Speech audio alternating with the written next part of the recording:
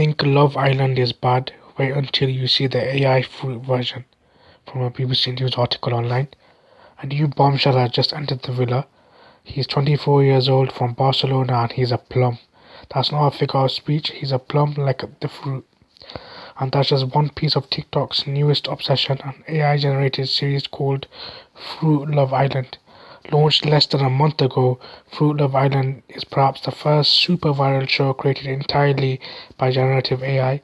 It's designed to mirror the hit ITV reality dating show Love Island, but instead of people on the island, the characters are talking fruit.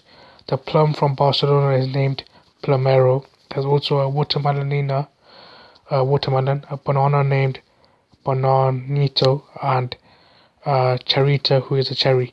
Posted daily on TikTok, the nonsensical 1 minute long episodes featuring this juicy cast have attracted hundreds of millions of viewers in a matter of weeks.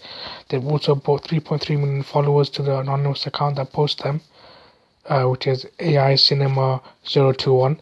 It's dividing people online. Many say it's yet another example of low quality AI slop churned out by faceless accounts, but the videos still have gained a serious and dedicated fan base. Celebrities like singers Joe Jonas and Zara Larsson say they have tuned into the viral series. Sorry, I can't hang out today. I got to see what's happening with Chocolatina and Strawberryto, Lawson wrote under a TikTok post, which she later deleted after backlash from fans. You can read the rest of the article online, and it does go into a bit more detail. But it's interesting to see how people are able to make similar things just from using AI, and maybe before AI, people have been able to use the internet and technology and even other things to mirror well-known things, but maybe it would have cost a lot of money or a lot of time, and it wouldn't get that many people watching.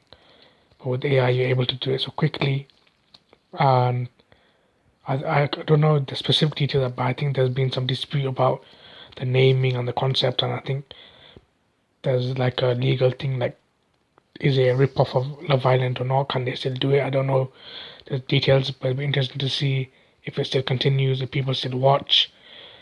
I haven't watched it at all, but if it's just like a short, like 1 minute, whatever, however long it is, I don't understand how people can be so into it. Maybe because it's the TikTok generation and people have short attention span and stuff like this. People like it, but I would expect it to be at least like 5 minutes to get you to understand some sort of story and timeline of events. Maybe I will have a look at it just to see what it's like. But it's interesting to see people are able to get a lot of views, a lot of money, not just by making things with AI that are completely fake, but things that now are meant to resemble other things but have a story to it and are attracting people not just because it's quote unquote AI stop, but because it's supposed to keep you engaged, keep you coming back tomorrow to see what happens.